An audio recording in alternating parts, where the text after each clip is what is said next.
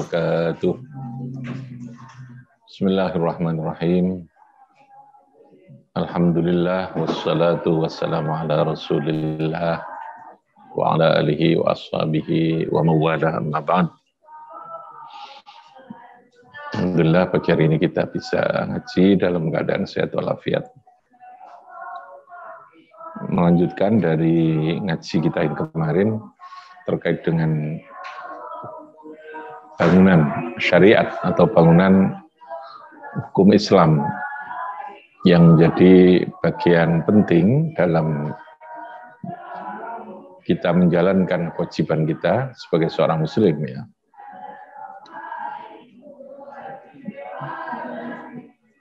Jadi kemarin saya jelaskan terkait dengan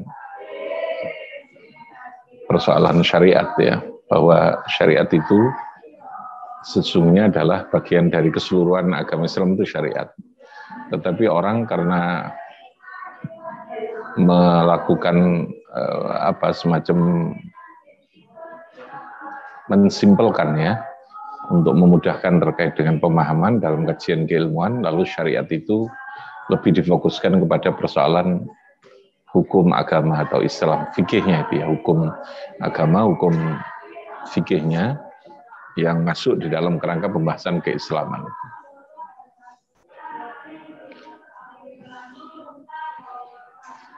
Nah, hukum seperti kemarin saya jelaskan, sedikit mengulang, pada dasarnya di dalam Islam yang berhak menetapkan hukum al-hakim itu adalah Allah, asy-syari' wallah. Jadi seorang nabi bertugas menjelaskan, memberikan penjabaran, memberikan penguatan.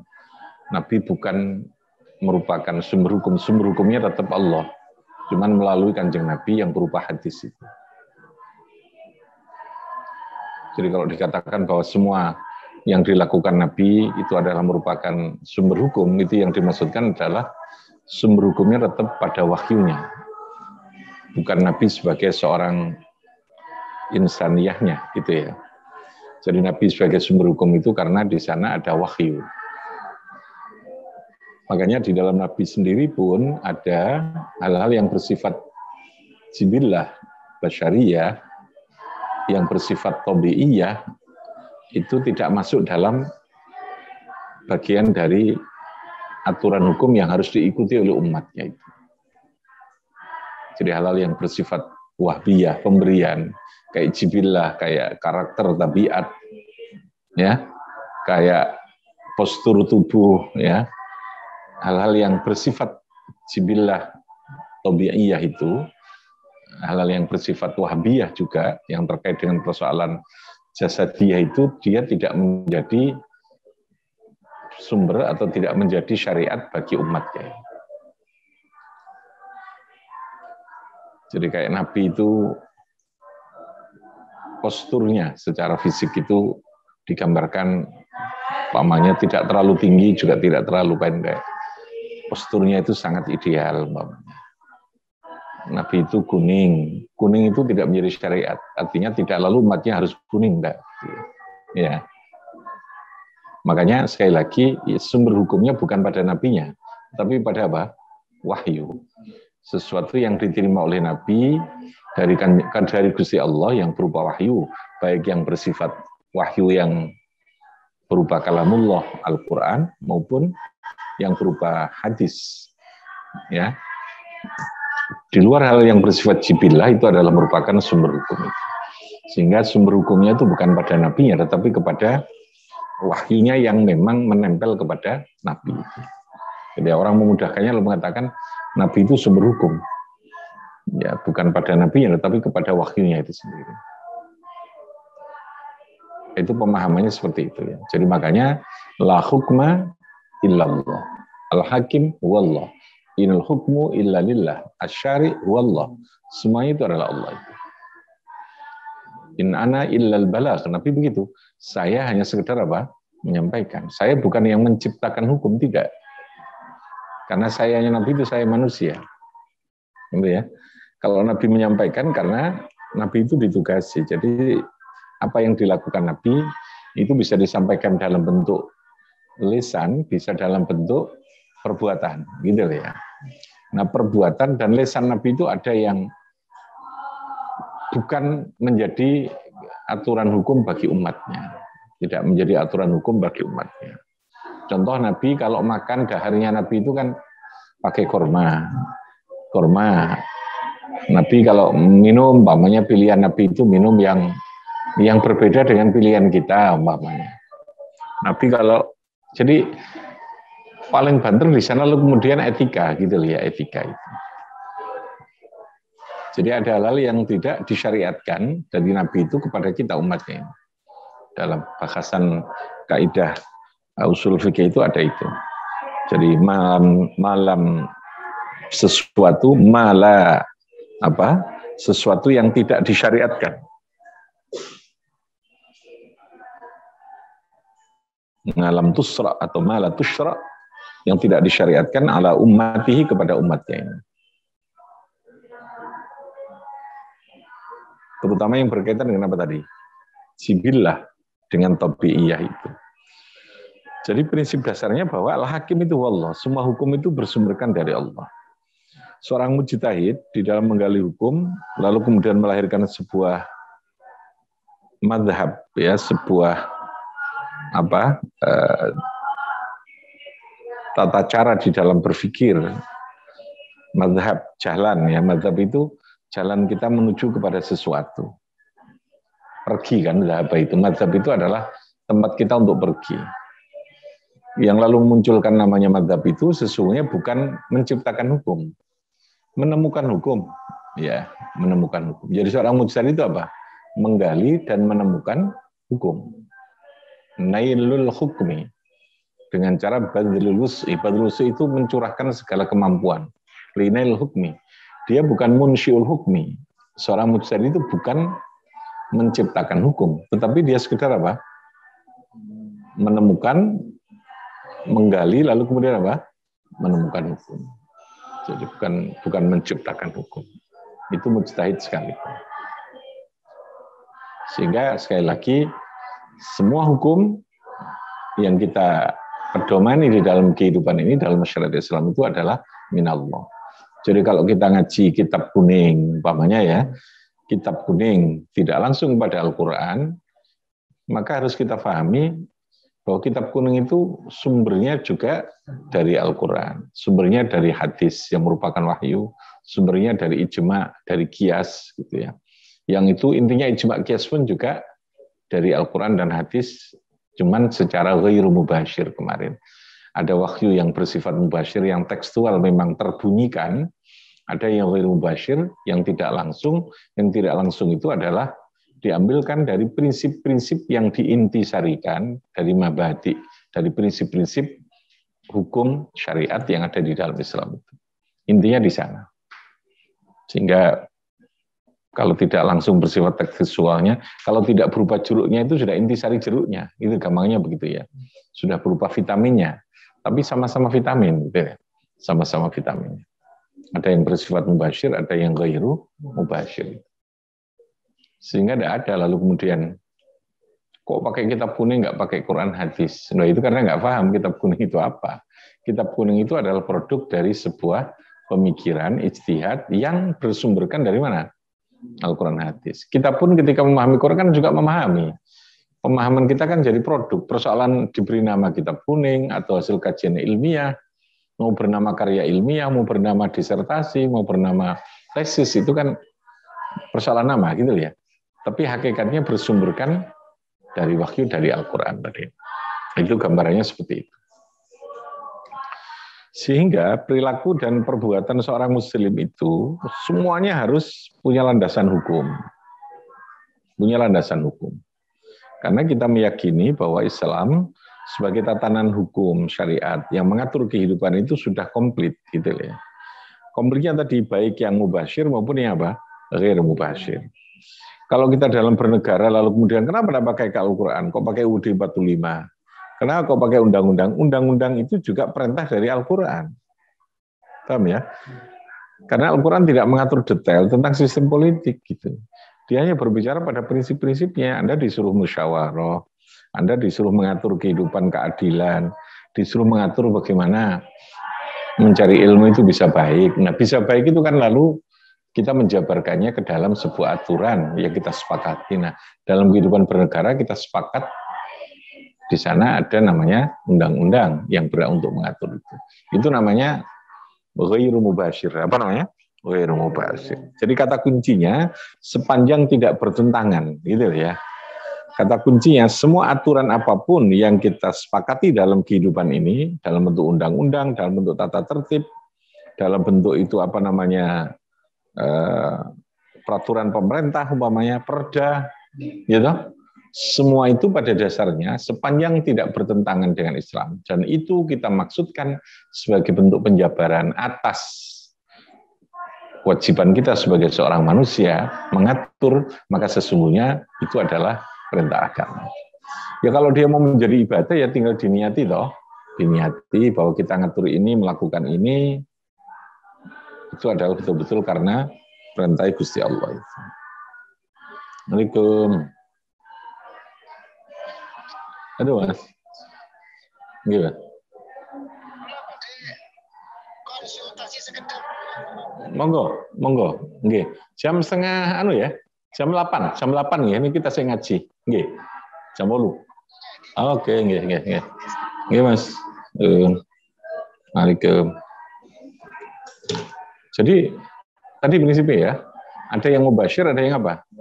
Ghair mubashir. Makanya bagi orang Islam yang paham itu enggak perlu risau. Kenapa harus semuanya dipaksakan untuk sekedar dilabelisasi? Karena memang Tuhan sendiri tidak melakukan labelisasi itu, gitu ya. Labelisasi. Makanya lalu kemudian kita lihat apa yang dilakukan manusia, apa yang diperbuat oleh manusia, oleh kita ini sebagai manusia, itu ada dua kemungkinan. Satu, ada yang diatur secara langsung oleh agama, dengan diperintahkan, dengan dilarang, gitu ya. Itu namanya diatur ya. Dengan dianjurkan, berarti sudah ada hukumnya yang ditetapkan melalui sumber yang ada, baik itu Al-Quran, hadis, ijma maupun kias atau ijtihad yang lain. Kalau sesuatu perbuatan itu sudah diatur dengan apa yang ada di dalam sumber-sumber hukum Islam itu, maka ini pasti disebut dengan ibadah. Sudah otomatis itu namanya ibadah. Karena perbuatan itu terjadi karena adanya perintah di dalam agama. Sholat itu ibadah, karena memang dengan jelas diperintahkan di dalam Al-Quran dan hadis, gitu kan ya. Bahwa mencari ilmu itu ibadah, karena mencari ilmu itu diperintahkan. Sedekah itu ibadah, zikir itu ibadah, menolong orang itu ibadah, gitu ya. Jadi sesuatu yang diperintahkan di dalam agama itu adalah sesuatu yang disebut dengan ibadah. Perbuatannya ini disebut dengan ibadah. Nah, ibadah itu ada yang langsung atas dasar perintah atau aturan yang diatur dalam agama, paham ya? Dan itu dibagi dua. Ada aturan atau perintah itu bersifat terperinci, disertai dengan tata caranya yang disebut syarat rukun. Ada ibadah yang dilakukan dengan tanpa disertai tata cara. Perintah itu tidak disertai dengan apa? Tata cara. Makanya nanti ada al-amr, perintah itu ada dua. Ada amrun mutlaqun anit taqyid, lalu yang kedua ada amrun muqayyadun. Ada dua ya. Satu ada amrun muqayyad. Muqayyad itu yang dibatasi oleh adanya asyurut wal arkan. Ada yang amar yang mutlaqun anit taqyid.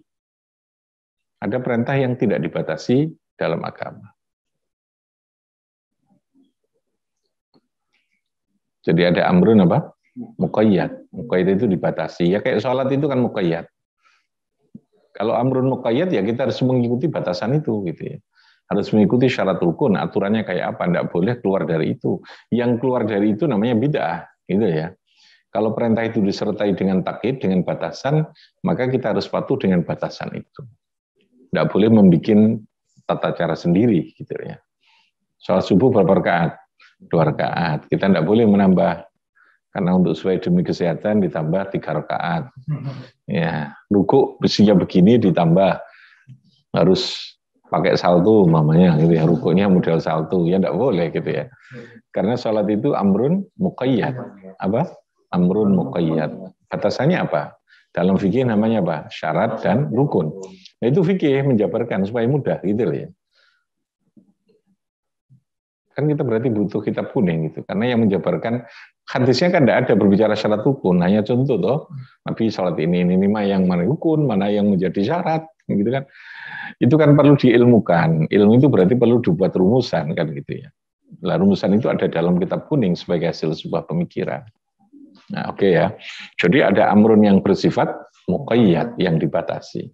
Kalau pada amrun yang bersifat muqayyad, kita tidak boleh melakukan kreasi, melakukan inovasi, itu tidak boleh di situ.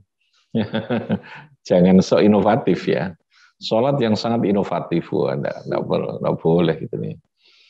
Ya kalau Anda menjabarkan hikmahnya tidak apa-apa. Kalau hikmah itu kan hanya persoalan apa, sesuatu yang kita rasakan yang bisa kita ungkapkan. Namanya juga rasakan bisa diungkapkan, tidak ada habisnya. Apalagi sholat yang memang banyak mengandung hikmah kan begitu ya. Jadi saya ulangi, ada perintah agama itu yang bersifat apa? Muqayyad. Amrun muqayyad, ada yang mutlaqun anit taqyid. Ada amrun yang mutlaqun anit taqyid, yang tidak dibatasi dengan prosedur atau syarat rukun itu. Kalau tidak disertai dengan prosedur syarat rukun, berarti perintah itu kita boleh memilih untuk bagaimana cara melakukannya. Karena kita diberi hak untuk memilih, ya di situ tidak ada bid'ah. Saya ulangi ya, sebenarnya sangat sederhana orang berpikir bid'ah itu boleh apa tidak. Bid'ah itu kan sesuatu yang baru, harus dilihat. Sesuatu yang baru itu pada bidang apa, gitu ya. Sesuatu yang baru yang tidak boleh itu pada bidang sesuatu yang di mana perintah itu sudah diatur dengan detail, tapi kita membuat cara baru, itu baru namanya apa? Bid'ah, gitu ya. Tapi kalau perintah suatu perbuatan itu bersifat umum, bersifat mutlaq anit taqyid yang tidak disertai dengan tata cara, lalu kemudian kita menjabarkannya dalam bentuk pelaksanaan yang kita pilih, caranya kita pilih sendiri, itu bukan bid'ah. Namanya juga pada cara, bukan substansinya. Substansinya kan sama gitu. Contoh sedekah. Sedekah itu kan tidak ada syarat rukunnya. Perintahnya cuma sedekah ngono itu. Iya kan? Mencari ilmu itu perintah agama, mencari ilmu itu ibadah. Tapi bagaimana kita mencari ilmu, tata caranya mencari ilmu itu tidak diatur secara detail. Karena memang di sana ada kondisi, ada kreativitas yang harus dikembangkan gitu. Ada kondisi, ada keadaan. Makanya lalu kemudian jangan semua sesuatu yang baru itu dilihat barunya itu pada bidang apa, pada amar yang kayak apa gitu ya. Kalau perintahnya itu mutlaqun anit taqyid ya enggak ada lah. Zaman Nabi dulu kan enggak ada sekolah, model sekolah SMP, apalagi PAUD itu enggak ada kan. Tapi yang ada apa? Perintah mencari ilmu. Perintah mencari ilmu itu ibadah, mencari ilmu itu ibadah. Bagaimana cara Anda mencari ilmu? Apakah dijabarkan dalam bentuk satuan pendidikan? Dalam bentuk kurikulum, gitu ya, dalam bentuk model menjadi ada buku standarnya, macam-macam, ada evaluasi, itu persoalan cara saja, cara. Di situ tidak ada bid'ah. Paham ya? Karena memang perintahnya bersifat apa? Mutlaqun anit taqyid. Hal-hal yang bersifat universal, itu bisa diperintahkan dari agama, bisa dari akal kita sendiri membutuhkan itu. Tapi agama kan merintahkan, utlubul ilma minal mahdi ilal mahdi. Ya, dalam Al-Quran, umpamanya, wa ulul ilmi qa'iman bil qisti. Itu berarti pertanda karena adil itu diperintahkan, dan adil hanya bisa dilakukan dengan cara berilmu, maka berarti berilmu juga diperintahkan. Nah, sesuatu yang diperintahkan itu namanya apa? Ibadah. Namanya apa? Ibadah. Cuman ibadah ini jenisnya apa? Mutlaqun anit taqyid. Nah, cara ini terserah kepada kita. Sedekah. Sedekah itu ya opo wae, sedekah bisa, bahkan Nabi mengatakan ya apa saja bisa menjadi sedekah. Senyum pun sedekah. Cuman sedekah yang medit itu ya. Di duit tapi bolak-balik membuyut tok. Kamu kata sedekah, aku seguyang-guyu ya gini ya. Sedekah wong medit itu ya. Ya harus disesuaikan, nah itu duit ya sedekah duit lah gitu. Ya. Makin ini duit yang terpaksa itu kan guyu-guyu gitu. Duit ilmu sedekah ilmu. Sedekah itu nggak ditentukan syarat rukunnya, berbeda dengan sholat. mau berapa, jenisnya apa, sedekah duit boleh, duit itu pakai dolar, ya, pakai rupiah monggo, piro monggo ditransfer boleh. Ini caranya tidak ada, nggak ditentukan. Makanan itu mau makanan itu mentah boleh, mau dimasak, lalu kemudian diwadahi kotaan boleh. Kalau dulu kan nggak pakai kotaan, dulu itu kan ambeng, gitu, berkat. Dari kata barokah itu, biar itu enak jajan. Memasukkan nilai-nilai agama itu dengan cara yang tidak terlalu metidi ya, bos.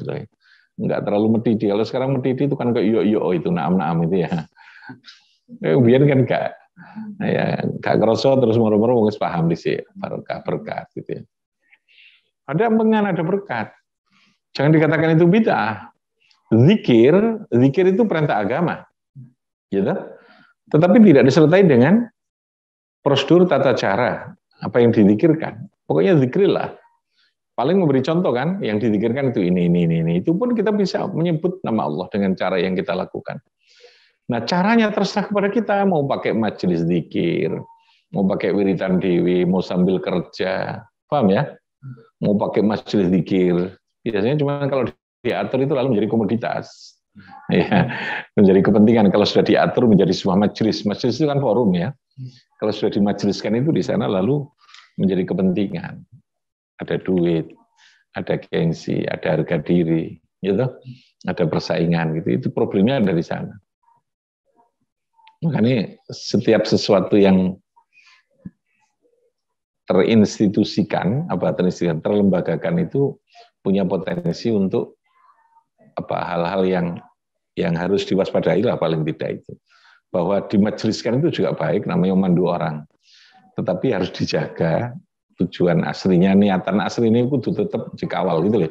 Kalau enggak itu kan lalu kemudian timbul hal-hal yang justru menodai terhadap kebaikan, terhadap niatan baik tadi.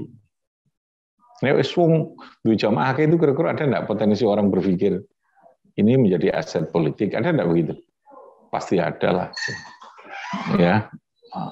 Ini bisa kita jadikan sebagai bagian bargaining politik, pokoknya bargaining ekonomi. Ini bisa kita jadikan sebagai ini ya. Bisa itu, itu potensi ada di sana. Jadi kalau zikir itu mau apa saja silahkan gitu ya. Paling Nabi memberikan contoh panduan. Panduan itu sifatnya tidak keharusan. Gitu ya. Sebaiknya begitu. Kalau Nabi mencontohkan bahwa Nabi itu membaca ini sekian kali, itu pemahamannya bukan lalu harus segitu, tidak. Ada sesuatu yang tidak menjadi keharusan, tapi dia menjadi contoh. Sebaiknya begitu. Gitu lah ya. Sebaiknya begitu. Tapi kita pilihan menyesuaikan dengan kondisi itu. Paham ya? Karena amrunya apa? Mutlakun anit takkid. Apa namanya? Makanya tahlilnya sendiri, zikirnya itu ibadah. Tapi lalu kita menjadikan majelis zikir bersama-sama itu adalah pilihan. Dan itu yang disebut dengan tradisi itu. Tradisi bisa menjadi ibadah kalau itu memang diniati untuk menjadi bagian dari ibadah itu. Logika berpikirnya begitu. Kenapa kita harus mengatakan tahlil itu bid'ah? Tahlilannya itu. Ya enggak lah. Isinya itu sepanjang yang dibaca di dalam tahlil itu adalah kalimat-kalimat thayyibah. Persoalan kumpul itu kan cara. Apa bedanya dengan majelis zikir? Orang yang Islam anyaran itu loh, yang punya forum-forum majelis itu kan sok begitu toh. Apa bedanya gitu? Dia kan bikin model-model sendiri saja kan? Kalau enggaknya dibikin sendiri itu. Wah, tambah nangis-nangis gitu ya. Dan supaya kita mantep ya, itu kan persoalan entertain ya. Entertain ceritanya. Loh iya kan tadi itu. Sesuatu yang terinstitusikan itu punya potensi untuk menjadi sesuatu yang disimpangkan itu ya, menjadi aset ekonomi, menjadi aset pengaruh macam-macam. Makanya aja delok lahiriae gitu ya. Kiai-kiai biyen itu kan low profile ya. Dikir, bahkan nama saja itu kadang-kadang tidak kober gawe jeneng. Karena apa? Karena tidak ingin terinstitusikan yang itu akan bisa menjadikan sesuatu yang baik itu menjadi keluar dari kebaikan. Oke lah, karena tuntutan institusionalisasi ya tidak apa-apa, kita lakukan proses formalisasi kelembagaan. Tapi sekali lagi harus tetap dijaga jiwa dan isinya itu. bahwa orang lalu kemudian menghargai, ya itu bonus dari Allah gitu ya. Jangan menjadi tujuan. Makanya ya Panjanoto Ati itu sulit ya. Sulit. Torekot itu institusi dari sebuah cara kita mendekatkan diri pada Allah gitu ya. Yang menjadi persoalan torekot sebagai sebuah institusi kelembagaan ini juga punya potensi, namanya kumpulnya orang. Rumus politik itu kan cari banyak orang kan, siapapun orangnya kan begitu. Bohong tukang wirid, bohong tukang becak, bohong kulonde gitu ya. Suaranya kalau ketika pemilu sama enggak? Sama gitu loh ya. Itu persoalan politik sudah. Nah, godaan-godaan ketika sesuatu terinstitusikan, gitu ya, terlembagakan, terorganisir, itu sangat besar. Biasanya begitu ya. Hati-hati ya kalau jadi orang yang lalu diikuti banyak orang. Perasaan pertama yang muncul dia merasa punya umat, itu yang salah itu. Harus dibalik, dia miliknya umat, dia melayani untuk memandu umat, itu yang benar begitu. Jangan umat itu milik saya, ini umat saya banyak ini. Anda berani berapa? Oh, berani piro. Nah, itu yang potensi, saya katakan potensi ya, tidak semua. Potensi kecenderungan untuk bisa disalahgunakan itu seperti itu. Jadi sekali lagi ada amrun yang bersifat apa? Mutlakun anit taqyid.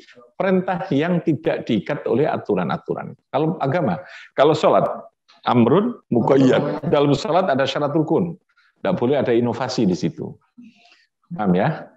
Zakat, tidak boleh ada inovasi. Paham ya? Paling penafsiran yang boleh. Tapi harus itu berdasarkan sumber itu. Kayak memahami sabilillah itu apa. Paham ya? Tapi standarnya harus ada. Oke? Mungkin ada yang perlu disampaikan?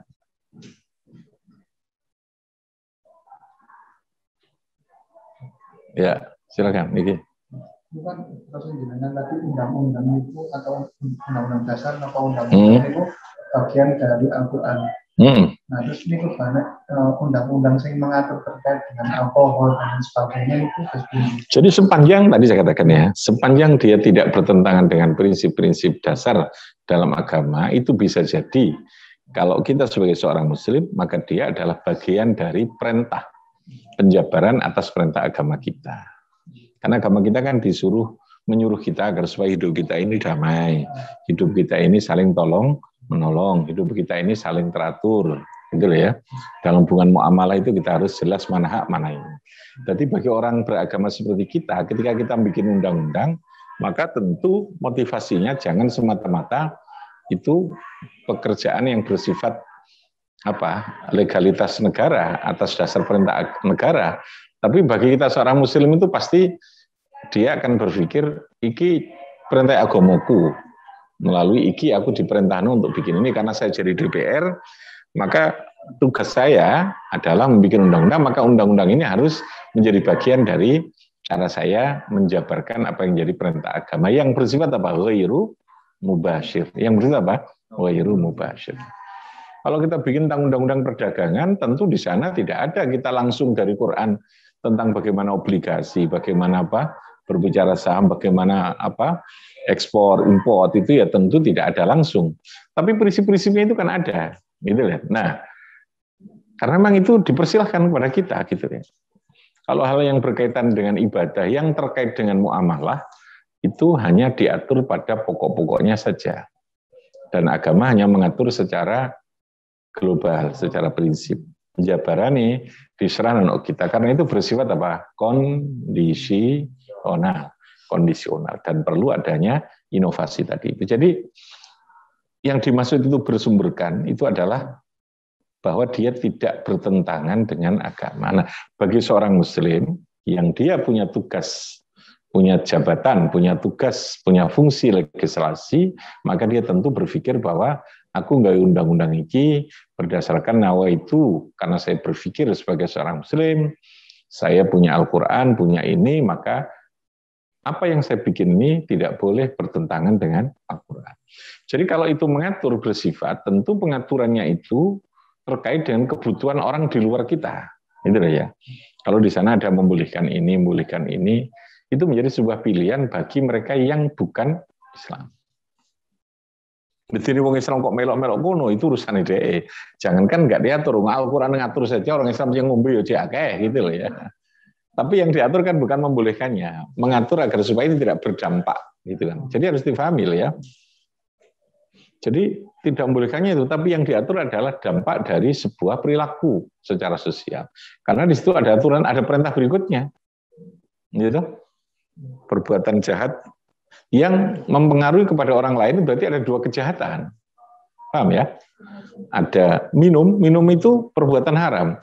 Tapi ketika minum lalu mengganggu kepada orang, mengganggunya ini sudah kejahatan berikutnya. Gitu loh ya. Nah ini kan perlu diatur secara undang-undang. Oke lah.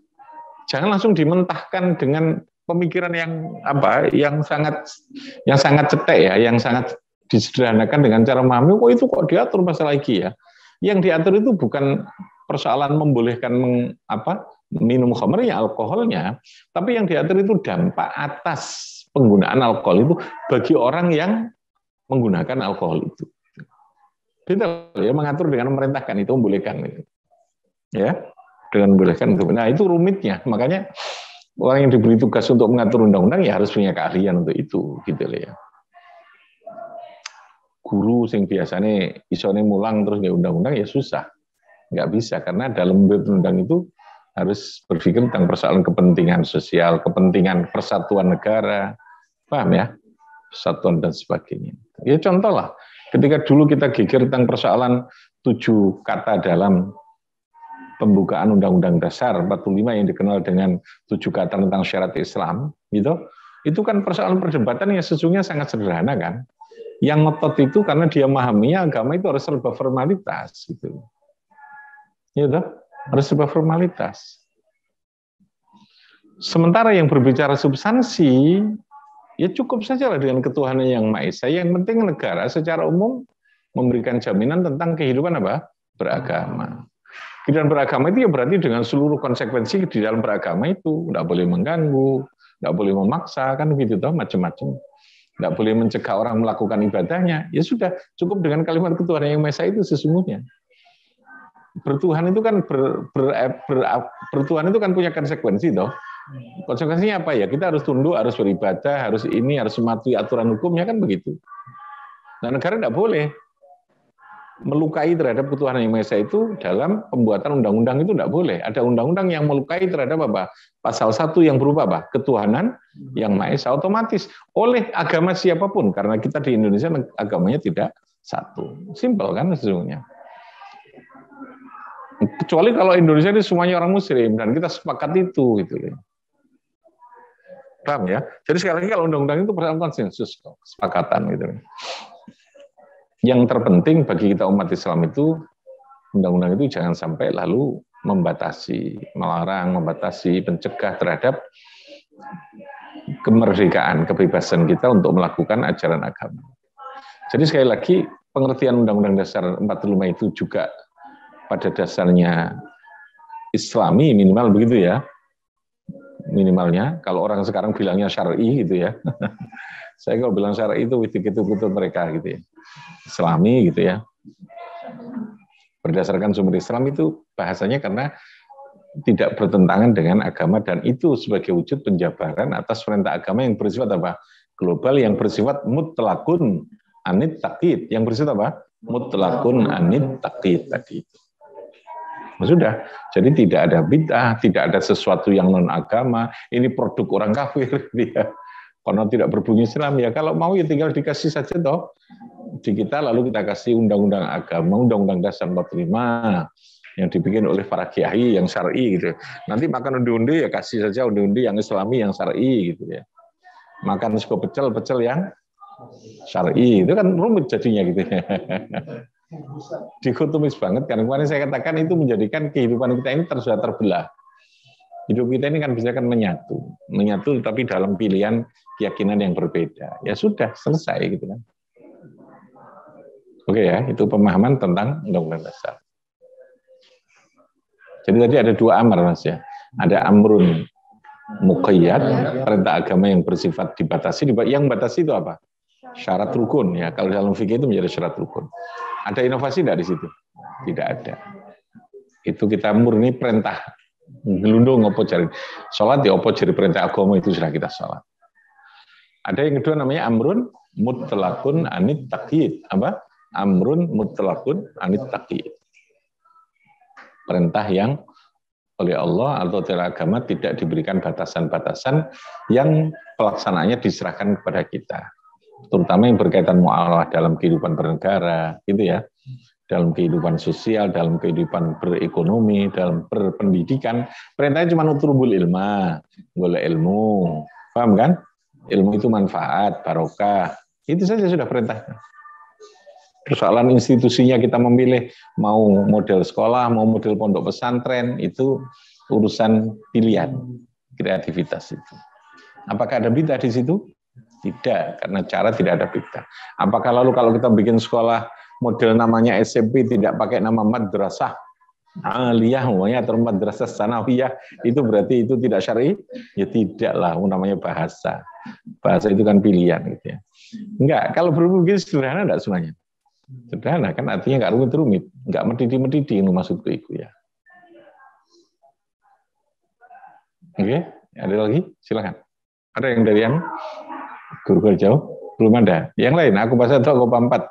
Ini sudah mulai masuk kelas soalnya, tapi nyantai saja, nggak sampai ngaji ya. Ada dulu? Yaki, Ari? Mungkin ada beban konstitusional. Ada beban konstitusional, beban politik yang tinggi lah gitu ya. Mana? Ada? Nih? Ada. Tapi enak kok, karena memang konstruksi berpikirnya itu harus dibangun secara utuh ya. Fikih oriented tanpa usul fikih itu juga menjadi rumit. Fikih itu kan tekstual, karu asal usulnya gitu. Fikih itu kan makan bareng jadi sudah. Kalau hanya fikih oriented tidak bisa. Atau mentah bahan tok, dia tidak tahu caranya bikin itu juga berbahaya. Akhirnya nggak pernah sedati gitu makanannya, gitu. Melebar kemana-mana kan. Gitu ya. Jadi konstruksi harus utuh. Ada sumber, ada metodologi berpikir, lalu kemudian ada hasil produk berpikirnya, namanya hasil ijtihad tadi ini, yang berupa fikih itu ya kitab kuning itu kalau dulu yang berijtihad, bahasanya kan itu. Nah kalau di pesantren itu kan sederhananya karena memang membuat makanan itu perlu ilmu yang cukup, maka dia tidak langsung diajari bagaimana cara membikinnya, tapi sudah langsung yang dipelajari pertama itu sesuatu yang langsung bisa dimakan. Makanya kitab kuning dulu fikihnya. Baru nanti dia berbicara tentang prosedur bagaimana kitab kuning belajar usul fikih, gitu ya, belajar qaidul fikih, belajar yang lain terkait dengan apa rumusan atau kaidah-kaidah bagaimana kita beristihad itu. Sampai baru belajar kepada Al-Quran hadis. Saya dulu juga sempat memikir, kenapa kita tidak belajar tafsir dulu? Belajar tafsir itu kan belajar rumusan yang apa? Yang terlalu abstrak, yang terlalu luas, yang terlalu mujmal tadi itu ya. Artinya yang sesuatu yang sangat banyak globalnya lah, meskipun ada sekian ayat Al-Quran yang bersifat terperinci ya. Tapi kan butuh proses pemahaman yang cukup kuat. Nah, arek-arek cilik langsung diajak berpikir melakukan istihad tuh ya ngeluh kan gitu ya. Makanya Al-Quran itu enaknya mau cocok, saya gak apa, harus dapat pahala gitu ya. Baca saja dulu. Nah, untuk persoalan hasil pemikiran yang sifatnya perlu kita lakukan, sudah langsung ngambil hasil pemikiran ulama itu. Makanya langsung ke kitab kuning dulu, baru berproses ke atas. Nah, cilik kira-kira kita kasih makan langsung jadi, mau kita ajak masak dulu. Kita suruh, kita ajari membuat masaknya, makanya enggak boleh kalau enggak masak, enggak bikin. Kira-kira lapar enggak ini? Ya kali renanan itu ya. Ya sudah kasih makan dulu. Ya, persoalan dia nanti kepingin bikin itu nanti proses, paham ya? Sampai dia bisa. Sebenarnya logikanya sederhana begitu. Ya kalau kita belajar fikih takrib saja kan aplikatif toh. Ya toh. Berbicaranya tidak pakai definisi bahkan. Sudah langsung.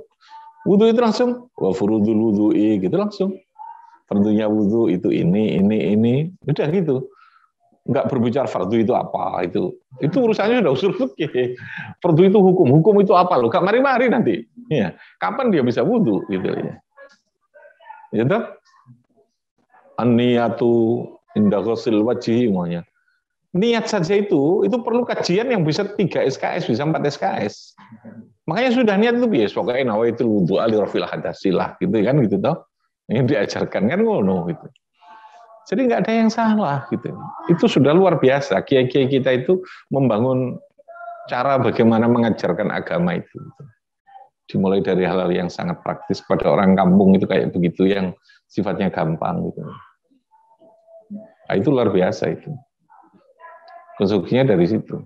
Baru nanti ketika berbicara Fathul Qorib, kitab syarahnya itu baru dijelaskan. Dan Fathul Qorib sudah menjelaskan hal yang tidak perlu kadang-kadang. Kitabut Thaharati, Al-Kitabu Lughatan. Oh itu. Kitabnya ini kan bukan ilmu ya. Istilah itu dijelaskan dulu. Dan ya memang perlu juga orang pahamnya. Lughatan ini, al-dhammu wal jam'u gitu ya. Wastilahan baru wastilahan.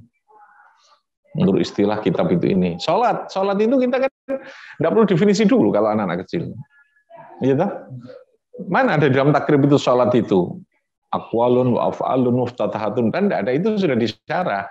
Di dalam kitab takrib tidak ada ya sholat itu langsung sholat. Ya. As-sholatul mafruḍah itu sholat yang wajib itu 5. Nggak perlu dijelaskan dulu, sholat itu iyalah. Wah, hadisnya dari ini, kira-kira ya munyeng kan ya anak kecil ya.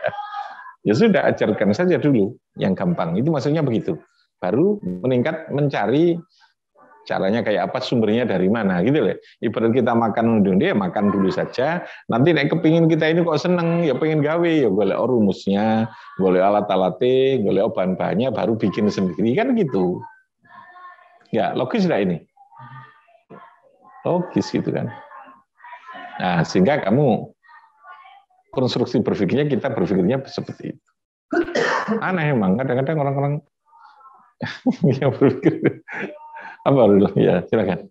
Terkait syariat itu kan ada taklid, dan sebagainya itu apakah misalnya yang cuma taklid artinya cuma tuntunan praktis yang tidak sampai ke definisi hakikat suatu tuntunan. Nah itu apakah sudah fardu ain dan cukup sehingga tidak perlu lagi untuk belajar ilmu? Jadi klasifikasi ada istilah muqallid, ada istilah muttabi, ada istilah mujtahid, ada 3 klasifikasi.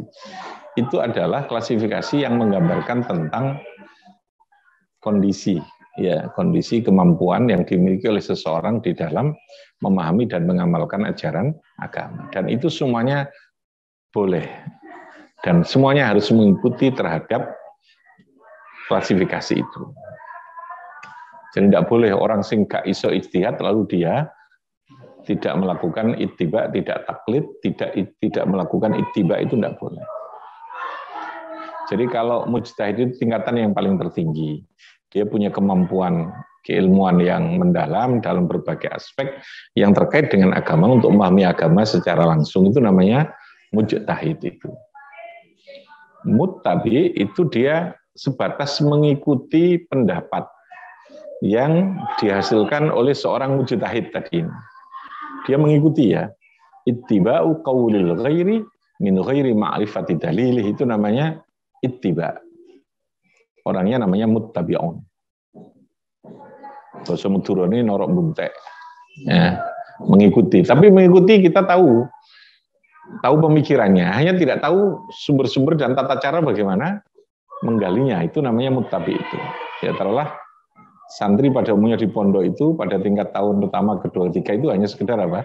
Muttabi tadi. Muttabi itu yang paling banyak. Level muttabi itu. Jadi dia mengikuti pendapat siapa? Tahu pendapatnya mujtahid. Imam Syafi'i itu pendapatnya ini, kalau ngusap rambut kayak begini, wudunya kayak gini.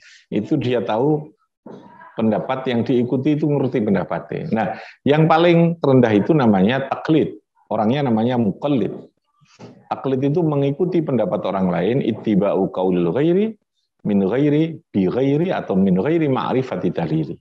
Dia mengikuti pendapat orang lain tapi gak rublas dalile ikuti. Kalau yang pertama tadi itu bi ma'rifati dalili.